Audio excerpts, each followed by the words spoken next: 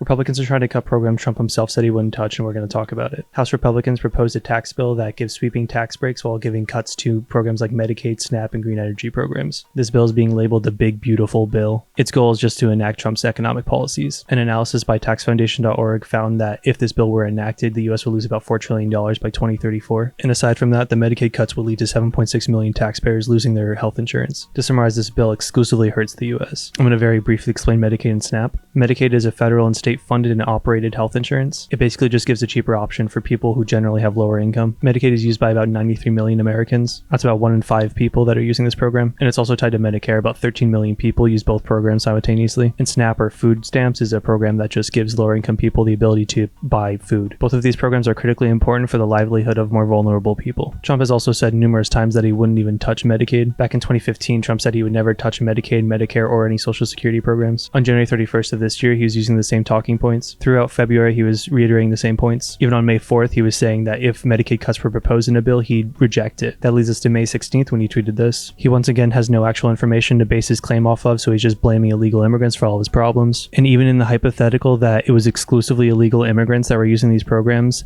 I would argue that it's more justifiable to give them opportunities to use this money than just to give more tax exemptions to rich people that already have millions upon millions of dollars. And just to refute his claim, the mass majority of illegal immigrants don't qualify for any form of Medicaid because they need a social security number, and you don't get a social security number when you're an illegal immigrant.